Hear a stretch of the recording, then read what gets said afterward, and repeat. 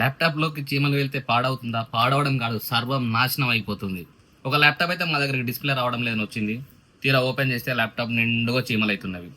So ముందుగా అయితే నేను ల్యాప్టాప్ ఆన్ చేసి చెక్ చేస్తే ఎక్స్టర్నల్ డిస్ప్లే అయితే చెక్ చేశాను. డిస్ప్లే అయితే రావడం జరిగింది. సో ఇంటర్నల్ డిస్ప్లే చెక్ చేద్దామని ఓపెన్ చేస్తే, సో ల్యాప్టాప్ ఓపెన్ చేసేసరికి దీని నిండుగా మంచిగా చీమలు అయితే పడిపోయినాయి. సో ఒక స్క్రీనే కాదండి, హార్డ్ డిస్క్ పోతుంది, ర్యామ్ పోతుంది. ఇక్కడ చూడండి, హీట్ సింక్ మొత్తం తినేసినాయి. ఇట్లా తినేస్తూ ఉంటాయి, ఇదంతా పోతూ ఉంటుంది. దీంతో పాటుగా బోర్డు, బ్యాటరీస్, స్పీకర్స్, ఎవ్రీథింగ్ అయితే డ్యామేజ్ అయితే అవుతుంది. సో ఇక్కడ ల్యాప్టాప్ అయితే ఓపెన్ చేసి చూపెడుతున్నాను చూడండి. ఈ స్క్రీన్ అయితే పోయింది, నిండుగా చీమలు.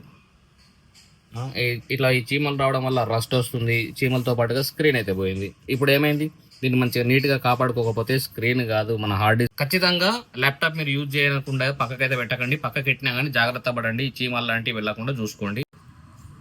సో నీట్గా అయితే ల్యాప్టాప్ మొత్తం క్లీన్ చేసి, స్క్రీన్ కూడా అన్ని క్లీన్ చేసేసి, కొత్త స్క్రీన్ వేసి, డిస్ప్లే వేసి, సో మొత్తానికైతే మంచి ఫుల్ హెచ్డి డిస్ప్లే వేసి వాళ్ళకైతే స్క్రీన్ ఆన్ చేసి కస్టమర్కి అయితే చూపించి సో ఇచ్చాము క్లియర్గా, నీట్గా. సో మీ ల్యాప్టాప్ కూడా ఇలా చీమలు పడకుండా కానీ జాగ్రత్త పడండి. సో ఇలాంటి ప్రాబ్లమ్స్ వచ్చినట్టయితే మీ దగ్గరలో ఉన్న సర్వీస్ సెంటర్కి తీసుకెళ్ళి సర్వీస్ చేయించుకోండి.